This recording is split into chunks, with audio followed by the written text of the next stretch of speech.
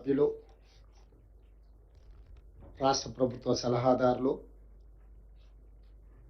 ఈ పత్రికా సమావేశంలో పాల్గొన్న మీడియా మిత్రులకు, ప్రజాపాలన 2 సంవత్సరాలు పూర్తి చేసుకోబోతున్న సందర్భంలో మీకు అందరికీ ఈ ప్రభుత్వం సజావుగా నడవడానికి, ఈ ప్రభుత్వం సంక్షేమము అభివృద్ధి కార్యక్రమాలను ముందుకు తీసుకెళ్లడానికి సహకరించినందుకు మనస్ఫూర్తిగా తెలంగాణ రాష్ట్ర ముఖ్యమంత్రిగా మీకు అందరికీ కృతజ్ఞతలు తెలియజేస్తున్నా. ఈరోజు తెలంగాణ రాష్ట్ర ప్రభుత్వం గతంని ఒక అనుభవంగా, ఈ అనుభవాల నుంచి నేర్చుకున్న పాఠాలను భవిష్యత్ ప్రణాళికగా మార్చుకొని 4 కోట్ల తెలంగాణ ప్రజలకు ఒక అద్భుతమైన అభివృద్ధి చెందిన తెలంగాణను అందించాలన్న ఆలోచనతోటి 2 సంవత్సరాల ఉత్సవాలను జరుపుకోవడమే కాకుండా భవిష్యత్తు ప్రణాళికలను రచించుకొని భవిష్యత్తు కోసం పారదర్శకమైన పాలసీలను తీసుకొచ్చి ఒక పాలసీ డాక్యుమెంట్ని జాతికి డెడికేట్ చేయబోతున్నాం.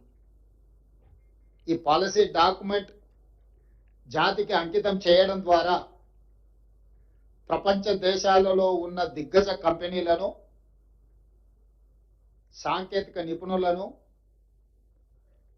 మన దగ్గర ఉన్న యువ సంపదకు ఉద్యోగ ఉపాధి అవకాశాలు కల్పించడానికి, తద్వారా రాష్ట్ర ఆర్థిక రంగంలో బలమైన ఆర్థిక రాష్ట్రంగా నిలదొక్కుకోవడానికి, తద్వారా ప్రజలకు ఇచ్చిన ప్రతి మాట సంక్షేమ పథకాలు అమలు చేయడానికి ఈరోజు మనము ఒక విజన్ డాక్యుమెంట్ని తయారు చేసుకున్నాం. ఈ విజన్ డాక్యుమెంట్కి తెలంగాణ రైజింగ్ 2047 అని చెప్పి నామకరణం చేసుకోవడం జరిగింది. ఈ తెలంగాణ రైజింగ్ లో 2 ప్రధానమైన అంశాలు ఉంటాయి. ఒకటి విజన్, 2 స్ట్రాటజీ. ప్రణాళికబద్ధమైన అభివృద్ధి సాధించాలంటే పారదర్శకమైన పాలసీలు ఉండాలి.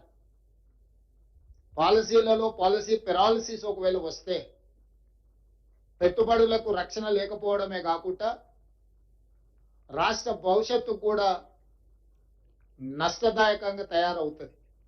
అందుకే ఈ విజన్ డాక్యుమెంట్ను లక్షలాది మంది భాగస్వాములను చేసి ప్రపంచ స్థాయిలో పేరెన్నికగన్న ప్రముఖులను కూడా ఇందులో భాగస్వాములను చేసి దీనికి ఐఎస్బి అదేవిధంగా నీతి ఆయోగ్ లాంటి సంస్థల సహకారం తీసుకొని అందరి సలహాలు సూచనలను ప్రపంచ దేశంలోనే పేరెన్నికగల వాళ్ళందరినీ ఈ పాలసీ డాక్యుమెంట్లో భాగస్వాములను చేసి ఈ పాలసీ డాక్యుమెంట్ను తయారు చేసుకోవడం జరిగింది.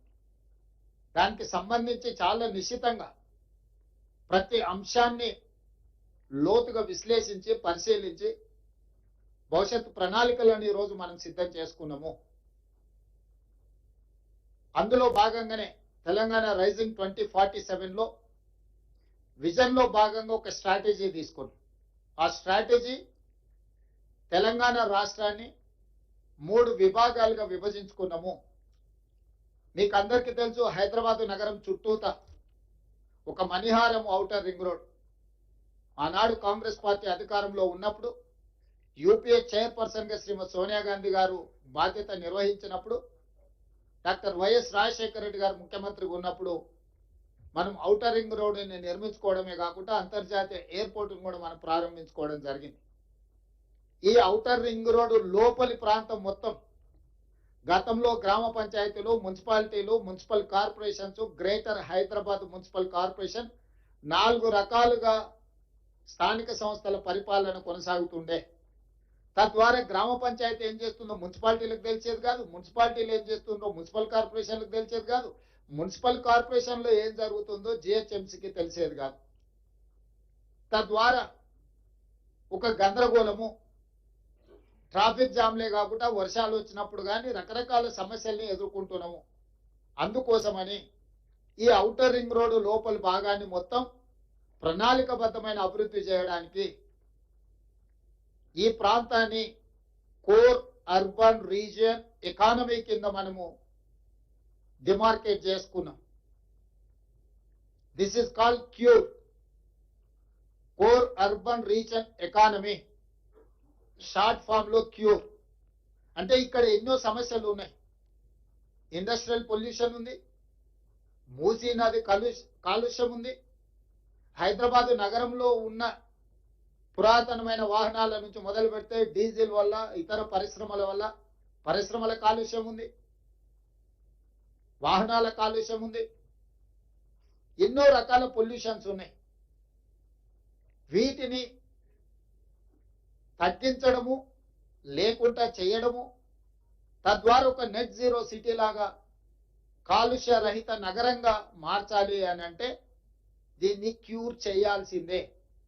ఈరోజు ఢిల్లీ, ముంబై, చెన్నై, బెంగళూరు నగరాలను మనం చూస్తున్నాం. ఒక దగ్గర కాలుష్యం ఎక్కువ, ఒక దగ్గర వరదలు ఎక్కువ, ఇంకొక దగ్గర ట్రాఫిక్ ఎక్కువ, ఇంకొక దగ్గర శాంతి భద్రత లేకపోవడం, ఇట్లా రకరకాల సమస్యలతోనే ఆయా మెట్రోపాలిటన్ నగరాలు ఈరోజు ఒక క్రైసిస్ ని ఎదుర్కొంటున్నాయి, ఒక సంక్షోభాన్ని ఎదుర్కొంటున్నాయి. వీటన్నిటి దృష్టిలో కోర్ అర్బన్ రీజియన్ లో ఒక పారదర్శకమైన నిర్ణయాల ద్వారా భవిష్యత్తులో ఇలాంటి సంక్షోభాన్ని నివారించడానికి, కాలుష్యాన్ని తొలగించడానికి, ప్రణాళికబద్ధమైన అభివృద్ధిని చేయడానికి ఈరోజు కోర్ అర్బన్ రీజియన్ మొత్తాన్ని 2170 స్క్వేర్ కిలోమీటర్ల ప్రాంతాన్ని సర్వీస్ సెక్టర్ కింద మారుస్తున్నాం. ఈ ప్రాంతంలో ఉండే జీసీసీలు కావచ్చు, ఐటీ కంపెనీలు కావచ్చు, ఇతర ప్రభుత్వ రంగ సంస్థలు కావచ్చు, ప్రైవేట్ రంగ సంస్థలు కావచ్చు, కాలుష్యాన్ని వెదజల్లే పరిశ్రమలన్నిటిని కూడా బయటికి తరలించడం ద్వారా, చెరువులను, కుంటలను, నాలాలను ప్రక్షాళన చేయడం ద్వారా, అత్యధిక వర్షం వచ్చినప్పుడు రోడ్ల మీద, కాలనీలలో నీటి వరదల సమస్యల్ని తగ్గించడానికి ఈ కోర్ అర్బన్ రీజియన్ ని ఒక యూనిట్ గా ట్రీట్ చేస్తున్నాం. దీంట్లో అభివృద్ధిలో భాగంగా మెట్రో రైలు విస్తరణ కావచ్చు, మూసీ రివర్ డెవలప్మెంట్ కావచ్చు, ఫ్లైఓవర్స్ కావచ్చు, రోడ్ల విస్తరణ కావచ్చు, కాలుష్య పరిశ్రమలను తొలగించడం కావచ్చు, ఇట్లా అన్ని రకాల అంశాలను ఆ కోర్ అర్బన్ రీజియన్ ఎకానమీలో అభివృద్ధిలో భాగంగా అక్కడ డిఫైన్ చేసి కోర్ అర్బన్ రీజియన్ ని మనము ఈ రోజు ఒక ప్రణాళిక తయారు చేస్తున్నాం. అదేవిధంగా outer ring road out side కొత్తగా ఇప్పుడు రీజనల్ రింగ్ రోడ్ రాబోతుంది. సూత్రప్రాయంగా కేంద్ర ప్రభుత్వం ఆమోదించింది. రీజనల్ రింగ్ రోడ్డును మనం ఈరోజు ప్రకటించుకున్నాము. ఔటర్ రింగ్ రోడ్డు 162 కిలోమీటర్లు ఉంటే నగరం చుట్టూతా ఒక అభివృద్ధి వలయంగా, రీజనల్ రింగ్ రోడ్డు దాదాపుగా ఒక 360 కిలోమీటర్లతోని రెండవ మణిహారాన్ని తెలంగాణకు మనం ఈరోజు తయారు చేసుకుంటున్నాం. దీన్ని పెరి అర్బన్ రీజన్ ఎకానమీ కింద ఈరోజు మన పాలసీలో మనం తెచ్చుకోబోతున్నాం. పెరి అర్బన్ రీజన్ ఎకానమీ అంటే ప్యూర్. ఈ ప్రాంతంలో మ్యానుఫ్యాక్చరింగ్ జోన్, ఈ ప్రాంతంలో భారత్ ఫ్యూచర్ సిటీ ఉండొచ్చు, చందన్వెల్లి, సీతారాంపూర్ ఫార్మా కంపెనీల ఐటీ సెజ్లు ఉండొచ్చు, రేడియల్ రోడ్స్ ఉండొచ్చు, మెట్రో విస్తరణ ఉండొచ్చు, ఇతర రాష్ట్రాల నుంచి, ఇతర దేశాల నుంచి రావడానికి అవసరమైన ప్రణాళికల్ని ఈ రోజు ఈ పెరి అర్బన్ రీజియన్ ఎకానమీలో భాగస్వాములను చేస్తున్నాము. దీన్ని షార్ట్ ఫామ్ లో ప్యూర్ అని మనం పిలుచుకోదలుచుకున్నాం. ఈ ప్యూర్ కి Bengaluru to Hyderabad, Hyderabad to Amaravati, Amaravati to Chennai green field హైవేలతో పాటు బుల్లెట్ ట్రైన్లు కూడా ఈరోజు మన కేంద్ర ప్రభుత్వాన్ని సూత్రప్రాయంగా ఒప్పింపజేయడం జరిగింది. దీంతో దూరము తగ్గుతుంది. Dedicated green field highway, express హైవేలు వేయడం ద్వారా, బుల్లెట్ ట్రైన్ ద్వారా రవాణా సులభతరం చేస్తున్నాం. భారతదేశంలో సముద్రపు ఒడ్డు లేని రాష్ట్రం తెలంగాణ రాష్ట్రం. ఒకప్పుడు నిజాం ప్రభుత్వంలో మచిలీపట్నం పోర్టు కూడా మన దగ్గర ఉండేది, నిజాం రాజ్యం ఉన్నప్పుడు. ఈ రోజు మనం మచిలీపట్నం పోర్టు కూడా ఈ రోజు కనెక్టివిటీ డెవలప్ చేస్తున్నాం. తద్వారా ఈ మ్యానుఫ్యాక్చరింగ్ జోన్ లో సొంత దేశాలే కాకుండా విదేశాల నుంచి కూడా పెట్టుబడులను ఆకర్షించడం ద్వారా ఈ రోజు అభివృద్ధి ప్రణాళికలు సిద్ధం చేస్తున్నాము. ఇవాళ తెలంగాణ రాష్ట్రంలో ఒకే ఒక ఎయిర్పోర్ట్ ఉంది. ఇంకా ఎయిర్పోర్ట్లు రావాల్సిన అవసరం ఉంది. పారిశ్రామికవేత్తలు అడుగుతున్నారు. అందుకే వరంగల్లో ఒక అంతర్జాతీయ స్థాయి ఎయిర్పోర్ట్ నిర్మిస్తున్నాం. ఆదిలాబాద్ లో ఎయిర్పోర్ట్ నిర్మించాలనుకుంటున్నాం. భద్రాద్రి కొత్తగూడెంలో ఎయిర్పోర్ట్ నిర్మించాలనుకుంటున్నాం. రామగుండంలో ఇంకొక ఎయిర్పోర్ట్. అంటే రాబోయే రోజుల్లో తెలంగాణ రాష్ట్రానికి అదనంగా 4 కొత్తగా ఎయిర్పోర్టులు మనం తెస్తున్నాము. ఏ రాష్ట్రమైన అభివృద్ధి చెందాలి అంటే ఆ రాష్ట్రానికి సులభతరమైన రవాణా వెసులుబాటు ఉండాలి. దానికోసం ఇతర రాష్ట్రాల నుంచి గ్రీన్ ఫీల్డ్ ఎక్స్ప్రెస్ హైవేలు నిర్మిస్తున్నాం. ఇతర రాష్ట్రాల నుంచి బుల్లెట్ ట్రైన్లను నిర్మిస్తున్నాం. ఇతర దేశాల నుంచి ఉత్పత్తి చేసిన వస్తువులను తెచ్చుకోవాలన్నా, మన రాష్ట్రంలో ఉత్పత్తి చేసిన వస్తువులను ఇతర దేశాలకు తరలించాలన్నా సముద్రం ఉండాలి. కార్ల పరిశ్రమ రావాలంటే, తయారు చేసిన కార్లు ఇతర దేశాలకు తరలించాలంటే సముద్రం ద్వారానే తరలించగలరు. మనకు ఆ సముద్రము లేకపోవడం వల్ల ఈ రోజు మనము హైదరాబాద్ నుంచి మచిలీపట్నానికి dedicated green field express highway Andhra Pradesh ముఖ్యమంత్రి గారితో మాట్లాడడం జరిగింది. దేశ ప్రధానమంత్రి గారితో మాట్లాడడం జరిగింది. ప్రాథమికంగా మేము అందరం కూడా ఒక ఆలోచనకు, ఒక అంగీకారానికి వచ్చినాం. Highway connectivity, port connectivity, airports connectivity ద్వారా ఈ పెరి అర్బన్ లో వచ్చే మ్యానుఫ్యాక్చరింగ్ జోన్ లో పరిశ్రమలను ఆకర్షించడమే కాకుండా పెట్టుబడులను తీసుకొచ్చి ఈ పెట్టుబడుల ద్వారా, పరిశ్రమల ద్వారా నిరుద్యోగ యువకులకు ఉద్యోగ ఉపాధి అవకాశాలు కల్పించి తెలంగాణ రాష్ట్ర ఆర్థిక వ్యవస్థను ఒక బలమైన వ్యవస్థగా తీర్చిదిద్దడానికి ఈ రోజు పెరి అర్బన్ రీజన్ ఎకానమీని మనం ప్రణాళికబద్ధంగా చేసుకున్నాం. ఇక మూడవది regional ring road out side Telangana border, rural agricultural reason economy. అంటే ఏ రాష్ట్రంలో, ఏ దేశంలో కూడా వ్యవసాయ ఆధారిత ప్రణాళికలు చాలా తక్కువగా ఉన్నాయి. గతంలో ఏ విజన్, ఏ పాలసీ డాక్యుమెంట్ చేసినా అర్బన్ బేస్డ్ పాలసీ తీసుకొచ్చేది. ఇప్పుడు మేము వ్యవసాయాన్ని, గ్రామీణ ప్రాంతాలను, వ్యవసాయ ఆధారిత ఉత్పత్తులను నిర్లక్ష్యం చేయదలుచుకోలేదు.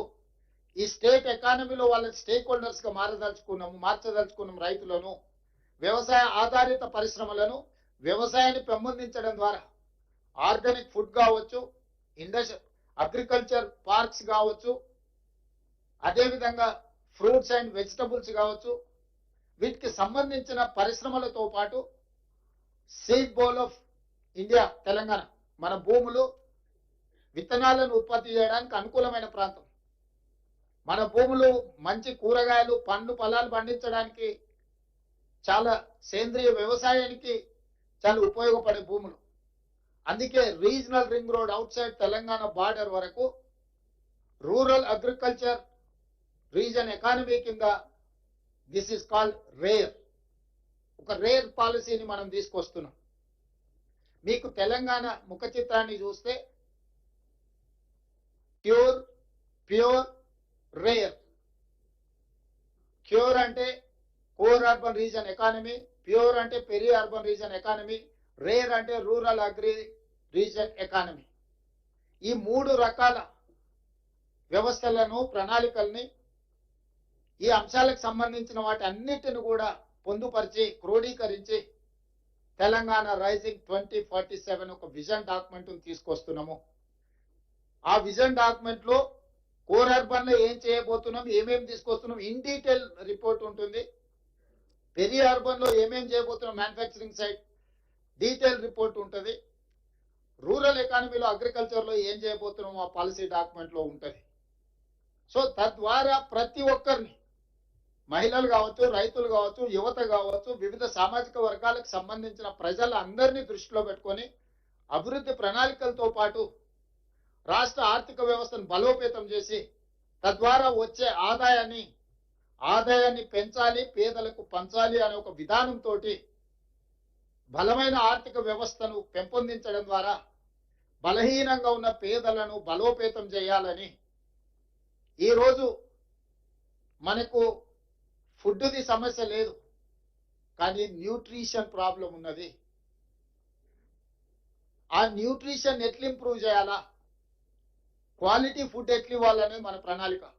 ఇప్పటి వరకు ఆనాడు పండిత్ జవహర్లాల్ నెహ్రూ గారు తీసుకొచ్చిన విధానాల వల్ల ఎడ్యుకేషన్ అండ్ ఇరిగేషన్ పాలసీస్ మొట్టమొదటి ప్రధానమంత్రిగా తీసుకురావడం వల్ల ఈ దేశంలో విద్య, అదేవిధంగా ఇరిగేషన్ ద్వారా పేదల ఆకలి తీర్చడానికి ఈరోజు సర్ప్లస్ దేశం. మనం దేశానికి అవసరమైన దానికంటే ఆహార ధాన్యాల ఉత్పత్తిలో ఎక్కువగా ఉత్పత్తి చేస్తున్నాం. కానీ ప్రజలకు ఇవ్వవలసిన అంత ఆరోగ్యవంతమైన ఫుడ్ మనం ఇవ్వలేకపోతున్నాము. అందుకే సర్ప్లస్ ఫుడ్ ఉంది కానీ న్యూట్రిషన్ ఫుడ్ లేదు. తెలంగాణ రాష్ట్రం మొదటి రాష్ట్రంగా ప్రజలకు న్యూట్రిషన్ ఫుడ్ ఎట్లా ఇవ్వాలను ప్రణాళికలు చేస్తాం. దీని ద్వారా ఈ రోజు ఎడ్యుకేషన్ అన్ని గ్రామాలకు చేరింది. తండాలలో, గూడాలలో, మారుమూల పల్లెలకు కూడా ప్రభుత్వ విద్యా వ్యవస్థ చేరుకున్నది. కానీ నాణ్యమైన విద్యత లేదు, సాంకేతికపరమైన విద్య లేదు. విద్య అందించడం అనేది ప్రాథమిక లక్ష్యం. విద్య చేరుకున్న తర్వాత నాణ్యమైన విద్యను ఇవ్వాలి. నాణ్యమైన విద్య తర్వాత సాంకేతికపరమైన విద్యను అందించాలనేది ఈరోజు మా ప్రభుత్వం యొక్క లక్ష్యం. దానికి సంబంధించి సింగిల్ టీచర్ స్కూల్స్ నుంచి చిన్న చిన్న మారుమూల తండా, గూడెం నుంచి మొదలు పెడితే మహానగరమైన హైదరాబాద్ వరకు విద్యా వ్యవస్థలో ప్రక్షాళనం తీసుకురావడమే కాకుండా అంతర్జాతీయ విద్యా సంస్థల్ని రాష్ట్రానికి రప్పించి ఒక నాలెడ్జ్ హబ్ గా క్రియేట్ చేయదలుచుకున్నాం. నాలెడ్జ్ హబ్ గా క్రియేట్ అయితే ఆటోమేటిక్గా పెట్టుబడులు వస్తాయి. సాంకేతిక నిపుణులు, సైంటిస్టులు ఇక్కడ అందుబాటులో ఉన్నారనుకోండి, ఆటోమేటిక్గా పరిశ్రమలు ఈ రాష్ట్రానికి రావాల్సిన పరిస్థితి వస్తుంది. పెట్టుబడులు లాభాలను వెతుక్కుంటూ వస్తాయి. పెట్టుబడికి రక్షణ ఉంటే పెట్టుబడులు వస్తాయి. పెట్టుబడులకు రక్షణ కల్పించి, పెట్టుబడులకు లాభాలను అందించి, పెట్టుబడులు పెట్టే వాళ్లకు సాంకేతిక నైపుణ్యాన్ని అందించి, వాళ్ళకు అవసరమైన సేవలను అందించడం ద్వారా ఉద్యోగ ఉపాధి అవకాశాలను కల్పించడం ద్వారా ఈ రాష్ట్రాన్ని 2034కి $1 ట్రిలియన్ ఎకానమీ, 2047 దేశము 100 స్వతంత్రం వచ్చి 100 సంవత్సరాల ఉత్సవాలు జరుపుకునే సమయానికి తెలంగాణ రాష్ట్రం $3 ట్రిలియన్ ఎకానమీని అందుకోవాలనుకుంటున్నాం. ఈ రోజు భారతదేశంలో మన జనాభా 2.5%. భారతదేశ ఆర్థిక వ్యవస్థలో 5% తెలంగాణ రాష్ట్రం నుంచి మనం అందిస్తున్నాం. కానీ భవిష్యత్తులో 10% మనం పెరగాలి. 10% పెరగడానికి అవసరమైన ప్రణాళికలను ఈరోజు మనం సిద్ధం చేస్తున్నాము. ఒక futuristic plan. Hour vision is our policy. మా యొక్క దార్శనికతనే మా భవిష్యత్ ప్రణాళికలు. దానికోసమే ఈ గొప్ప సమ్మిట్ ని ఏర్పాటు చేయడమే కాకుండా అందరినీ ఆహ్వానించి ఇందులో అందరి సూచనలు తీసుకొని తెలంగాణను ఒక బలమైన ఆర్థిక వ్యవస్థగా తీర్చిదిద్దడానికి ఈ రోజు మేము ముందుకు వెళ్తున్నాం. దానికి సంబంధించిన కార్యాచరణ మొత్తాన్ని ఉప ముఖ్యమంత్రి గారు, మా సహచార మంత్రులు అందరూ వీటిని ముందుకు తీసుకొని వెళ్తున్నాం. మీ అందరి సహకారం కూడా ఉండాలి. దీనికి సంబంధించి ప్రముఖులందరినీ కూడా ఆహ్వానిస్తాం. ఆ కార్యాచరణ కూడా తీసుకొని ముందుకు వెళ్తున్నాం. మా ఉత్సవాలు డిసెంబర్ 1 నుంచి డిసెంబర్ 13. ఒక ఆరోగ్యవంతమైన తెలంగాణను అందించాలంటే Telangana means sports, Telangana means tourism, Telangana means business, Telangana means industries, Telangana means nature, Telangana means your agriculture, tourism, endowment tourism, health tourism, heritage tourism, ఇవన్నీ కూడా తెలంగాణ పాలసీ డాక్యుమెంట్లో భాగంగా ఈరోజు ముందుకు వెళ్ళాలని మంత్రివర్గం అంతా నిర్ణయించుకున్నది. ఈ రోజు నుంచి, రేపటి నుంచి కౌంట్ డౌన్ స్టార్ట్ అవుతుంది. ఈ ఉత్సవాలలో, ఈ భవిష్యత్ ప్రణాళికలో మీ అందరి సహకారం ఉండాలి. ప్రపంచ దేశాల ప్రతినిధులకు ఈరోజు మనము ఒక ఆతిథ్యాన్ని ఇవ్వబోతున్నాం. ఎక్కడ ఎలాంటి చిన్న చిన్న చెదురుమదురు సంఘటనలు కూడా జరగకుండా ప్రణాళికబద్ధంగా మనం ఈరోజు వ్యవస్థలను అన్నిటిని కూడా పటిష్టంగా ముందుకు తీసుకెళ్లడానికి నిర్ణయం తీసుకున్నాం. ప్రజాభవన్లో దీనికోసం ఒక కంప్లీట్ వార్ రూమ్ పెట్టినాం.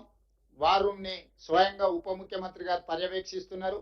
అధికారులతో పాటు ఐఎస్బికి సంబంధించిన వాళ్ళు, నీతి ఆయోగ్కి సంబంధించిన వాళ్ళందరూ కూడా ఇందులో భాగస్వాములు ఉన్నారు. ఈ రోజు నేను ఒకటే మాట చెప్పదలుచుకున్నా. మాకు role model China, Japan, Germany, South Korea and Singapore. ఆ దేశాలు వేగంగా ఎలా అభివృద్ధి చెందినాయి, ప్రపంచ దేశాలలో బలమైన ఆర్థిక వ్యవస్థగా China, Japan, Germany, South Korea and Singapore ఏ విధంగా రాణించినాయో వాళ్ళనే ఆదర్శంగా తీసుకుంటున్నాం, వాళ్ళతోనే పోటీ పడదలుచుకున్నాం. మా పోటీ పక్క రాష్ట్రం ఆంధ్రప్రదేశ్, కర్ణాటకనో, తమిళనాడు, ఇంకో రాష్ట్రమో కాదు. మా పోటీ అభివృద్ధి చెందిన దేశాలే. China, Japan, German, Singapore, South కొరియాతో మేము పోటీ పడదలుచుకున్నాము. వాళ్ళనే ఆదర్శంగా తీసుకుంటున్నాం, వాళ్ళతోనే పోటీ పడదలుచుకున్నాం. ఆయా దేశాల నుంచి కూడా పెట్టుబడులను ఆకర్షించదలుచుకున్నాము. మేము తెలంగాణలో పెట్టుబడులు పెట్టకపోతే భవిష్యత్తులో ఏదో కోల్పోతామని ఆ దేశాల్లో ఉండే బడా పారిశ్రామికవేత్తలను, పెద్ద పెద్ద పరిశ్రమలను కూడా ఆకర్షించి తెలంగాణకి తీసుకురాబోతున్నాము. దానికి మీ అందరు సహకారం ఉండాలి.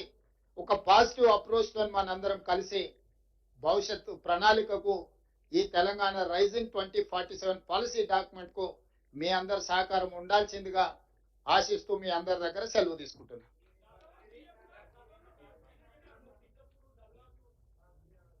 దయచేసి పాత్రికేయ మిత్రులందరికీ కూడా సమాధానం ఉంటుంది. అంత లోపల గౌరవ ముఖ్యమంత్రి గారికి